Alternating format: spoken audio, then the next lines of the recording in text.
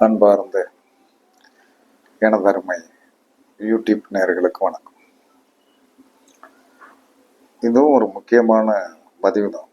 எல்லாரும் தெரிஞ்சுக்கிட்டோம். நமக்கு ஒரு கிரகம் வேலை செய்ய மாட்டேங்கி அப்படின்னு, ஏன்டா வேலை செய்ய மாட்டேங்கி அப்படிங்கிற ஒரு திணறல் நமக்கு இருக்கும். அதை நம்ம தெரிஞ்சு குறிச்சு வச்சுக்கிட்டு அந்த கிரகத்துடைய காரத்துவத்தை அனுபவிக்க முடியாது.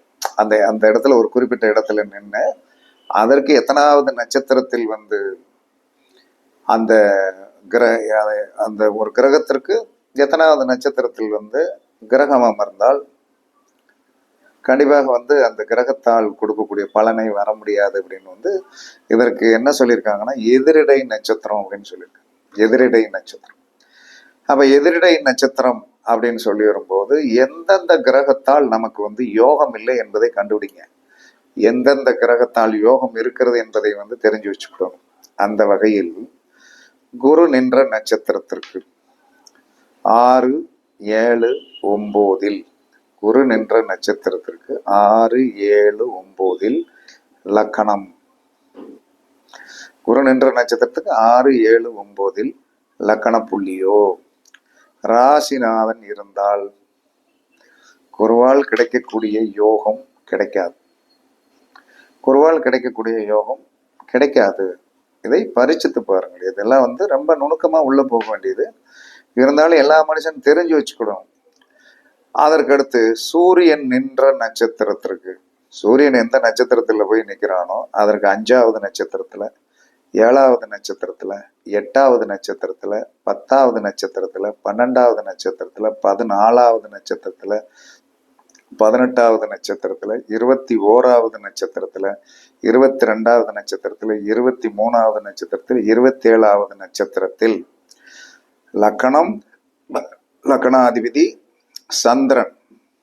சந்திரன் நின்றால் சூரியனின் பலன் கிடைக்காது. பலன் கிடைக்காது. அதற்கு சுக்கிரன் நின்ற நட்சத்திரத்திற்கு 20வது நட்சத்திரம், 22வது நட்சத்திரம், 24வது நட்சத்திரம். இதில் கிரகம் நின்றால் சுக்கிரனின் பலன் கிடைக்காது. சுக்கிரனின் பலன் கண்டிப்பா கிடைக்காது. ஏன்னா அந்த லாக்கிங் சிஸ்டம் இத்தனாவது நட்சத்திரம் அப்படின்னு நீங்கள் பரிச்சித்து பார்க்கலாம். சும்மா ஏதோ ஒன்று சொல்றாங்கன்னு இல்லை. இது முன்னோர்கள் சொல்லி வைத்தது. சும்மா என்ன சொன்னா ஒரு கணக்கு பார்த்து சொல்ல முடியாது. ஏன்னா கண்டிப்பாக எனக்குன்னு ஒரு செக்கிங் கண்டிப்பாக இருக்கும். அந்த செக் பண்ணதில் சுக்கிரன் என்ற நட்சத்திரத்துக்கு 20, 22, 24 இதில் என்ன சொல்கிறான்னா கிரகம் இருந்தால் நீங்கள் கண்டிப்பாக என்ன பண்ணுவீங்க? பாதகத்தை, கிரகம் இருந்தால் பாதகத்தை அனுப்பிப்பீங்க. இல்லைன்னா பிரச்சனை இல்லை. சுக்கிரன் மூலம் கிடைக்கக்கூடியது கிடைக்கும். குருவின் நட்சத்திரத்தில், குருவோடைய நட்சத்திரத்திற்கு அடுத்து ஒரு கண்டென்ஸ். குருவோடைய நட்சத்திரத்துக்கு, குரு நன்ற நட்சத்திரத்தில் இருந்து 2, 4, 8 கிரகம் இருக்க நன்மை. ஒரு பிளஸ் வந்திருக்கு. குரு நின்ற நட்சத்திரத்திலிருந்து 2, 4, 8 கிரகம் நிற்க நன்மை கண்டிப்பாக செய்யும். பரிசித்து பாருங்கள். அதே சமயத்துல சுக்கிரன் நின்ற நட்சத்திரத்திற்கு 4, 6, 15, 8, 11வது நட்சத்திரத்தில் கிரகம் நிற்க நற்பலன்கள் உண்டு. நற்பலன்கள் உண்டு. இந்த பக்கமும் மைனஸ்லயும் கிரகம் நிற்குது, பிளஸ்லயும் கிரகம் நிற்குதுன்னா போராடக்கூடிய ஒரு சூழ்நிலையை கண்டிப்பாக உருவாக்கிறோம். இதெல்லாம் கொஞ்சம் செக் பண்ணிக்கிறோம். அதற்கு அடுத்து புதன் நின்ற நட்சத்திரத்தில் இருந்து 2வது நட்சத்திரம், 4வது நட்சத்திரம், 6வது நட்சத்திரம், 8வது நட்சத்திரம், 9வது நட்சத்திரத்தில் என்ன சொல்றான்னா கிரகம் நிற்க மைனஸை கொடுத்துருவாங்க. செவ்வாய் நின்ற நட்சத்திரத்திற்கு 2, 4, 6, 8, 20, 22 கிரகம் இருந்தால் செவ்வாயுடைய பலன்களை நாம் பெரிதாக அனுபவிக்க முடியாது. இதை நீங்கள் புரிந்து கொள்ளுங்கள். அதுக்கு தக்கன வந்து நம்மளுடைய நடைமுறையை மாற்றிக்கிட வேண்டியது. ஒரு கிரகம் வேலை செய்யலைன்னா வந்து என்ன சொன்னா வந்து அந்த கிரகத்தோடைய திசையில் வந்து புத்தியோ ஏதோ நடக்கும்போது அந்த செயல் நடக்காது, அவ்வளவுதான். அதாவது டெம்பரவரிலி என்ன செய்வீங்க, ஒன்றும் பண்ண முடியாது. அப்ப வந்து சனி நின்ற நட்சத்திரத்திற்கு 5, 6, 8, 10, 11, 20, 26 கிரகம் இருக்க மைனஸை கொடுக்கும். சனியால் வந்து அந்த செயலை நமக்கு வந்து என்ன சொன்னா வெற்றிகரமாக நடத்தி கொடுக்க முடியாது. இது முன்னோர்கள் சொல்லி வைத்த எதிரிடை நட்சத்திரம் அப்படின்ட்டு. இப்படியெல்லாம் பார்த்து வந்து வாழ்க்கை நடத்த முடியுமா அப்படின்னு வந்து எல்லா மனிதனுக்குமே வந்து என்ன சொன்னா வந்து ஒரு ஆர்வம் இருக்கத்தான் செய்யும். எல்லா மனிதனுடைய ஆர்வத்திற்கும் கர்மா தான் காரணம். நீங்கள் கர்மாவை வந்து என்ன சொன்னா எப்படியெல்லாம் பண்ணியிருக்கீங்களோ அது தக்கன வந்து கிரகம் நிற்கும். கிரகம் நிற்கவில்லை என்று சொன்னால் இப்போ நம்ம செக் பண்ணிடலாம், இருக்கிறது எது, இல்லாதது எது. இருக்கிறத வந்து என்ன சொன்னா விடுங்க, இருக்கிறத வச்சு என்ன சொன்னான்னா நமக்கு சாதகமாக இருக்கிற 9 கிரகங்களில் இப்போ வந்து சனி வரைக்கும் சொல்லியிருக்கு.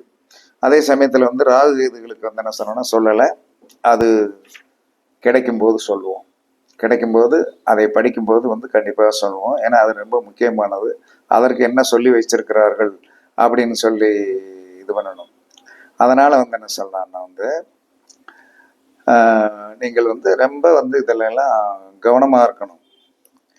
இதை வந்து நீங்கள் கவனத்தில் கொண்டு பரிச்சித்து பார்த்தீர்கள் என்று சொன்னால் வாழ்க்கையில் வந்து என்ன சொல்லணும்னா போராட்டம் என்பதை விட எது ஒன்று நமக்கு வந்து மைனஸை கொடுக்கும் அல்லது ப்ளஸ்ஸை கொடுக்கும் அப்படிங்கிறத வந்து நீங்கள் தெரிஞ்சுக்கிடணும். இது ஒரு கணக்கு, எல்லா மனிதரும் தெரிஞ்சுக்கிடும். அதுக்கடுத்து அதாவது வந்து பிறந்த ராசிக்கு பிறந்த நட்சத்திரத்திற்கு சாதக நட்சத்திரம், பிறந்த ராசி பிறந்த நட்சத்திரத்துக்கு சாதகம். மூணாவது ராசியில 6வது நட்சத்திரம் சந்திரன் நின்ற ராசிக்கு 3வது ராசியில் 6வது நட்சத்திரம். அதே சமயத்துல வந்து என்ன சொல்றாங்கன்னா 11வது ராசியில வந்து 24வது நட்சத்திரம்.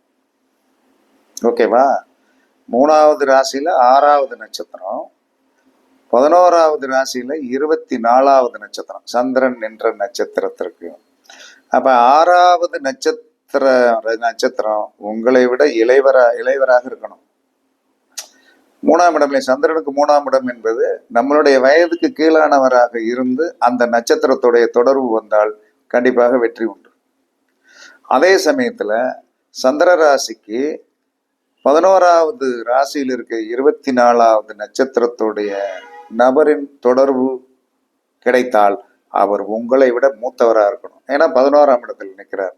இப்படி வந்து என்ன சொன்னா ஒரு கணக்கு இருக்கிறது. இந்த கணக்குகளை வந்து நம்ம வந்து என்ன சொன்னோம்னா ரொம்ப மைண்ட்யூட்டா கவனிச்சோம்னா உண்மையாவே தெரியும். அதுலெல்லாம் மாற்றம்லாம் கிடையாது. அப்ப ஒரு பிறந்த நட்சத்திரத்திற்கு வந்து என்ன சொல்றான்னா வந்து 6வது நட்சத்திரத்துல வந்து ஒரு மனிதர் இளையவராக இருக்கணும். அந்த நபர் என்ன செய்ய என்னை விட மூத்தவர். இப்ப சமீபத்துல அவர் சில நேரங்கள் அடிக்கிற நேரத்தில் எடுக்க முடியல, அது கட்டாயிடுச்சு. இதே பிறந்த நட்சத்திரத்திற்கு வந்து என்ன சொல்லலாம்னா 24வது நட்சத்திரத்திற்கு உண்டானவர் என்னுடைய நட்சத்திரத்திற்கு மூத்தோராக இருந்தால் கண்டிப்பாக அந்த நட்பு வந்து நன்றாக தெளிவாக இருக்கும். அப்போ நான் யோசனை பண்ணிப்பேன், நம்மகிட்ட வந்து ஒரு 7 மணிக்கு மேலே கிளம்பும்போது ஃப்ரீயாக பேசுவார். பேசும்போது என்ன சொல்கிறேன்னா வந்து என்னுடைய நட்சத்திரத்திற்கு வந்து அது 6வது நட்சத்திரம். சரி, 6வது நட்சத்திரம் வந்து என்ன சொல்லணும்னா சாதகத்தாரை தானே.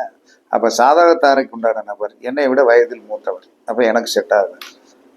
அவர் அதுக்கு பிறகு என்ன சொன்னான்னா திரும்ப ஃபோன் அடிக்கலை. சரி, ஒரு மன வருத்தம், இப்போ நம்ம ஃபோன் அடித்தா எடுக்கலையே அப்படின்னு சொல்லிட்டு. இது வந்து காலச்சக்கரம். அதே சமயத்தில் 11வது ராசியில் 24வது நட்சத்திரத்தில் உங்களுக்கு பழக்கம் வந்தது என்று சொன்னால் உங்களோட அவர் மூத்தவராக இருக்கணும். இருந்தால் அந்த நட்பு பலப்படும் என்று சாஸ்திரங்கள் சொல்லுகிறது. அதனால வந்து எல்லாரும் நிறைய விஷயங்கள் வந்து ஒவ்வொரு நாளும் புது புது விஷயங்களாக வரும். படிங்க, உங்களுடைய வாழ்க்கையை வந்து நீங்கள் செம்மப்படுத்திக்கிடுங்க. செம்மப்படுத்தி வாழ்க்கையில் வந்து எல்லோரும் நல்லாக இருக்கணும் அப்படிங்கிறதான் எல்லாருடைய எண்ணங்களும். அந்த நல்லா இருப்பதற்கு வந்து என்ன சொன்னா வாழ்த்துக்கள் கூறி வாழ்த்துக்கள் தான் கூறணும். நம்மளால முடிஞ்சது வாழ்த்துக்கள் தான் கூறி எல்லோரும் நல்லா இருக்கணும் அப்படின்னு சொல்லி வாழ்த்துக்கள் கூறி உங்களிடமிருந்து விடைபெறுவது சிப்பிப்பாறை ஜோதிடரசு ஆதிராகவன் ஜெயபாலாஜி. சுகமே சொல்க, சுகமே சொல்க. வாழ்க வளமுடன், வாழ்க வளமுடன். வணக்கம், வணக்கம்.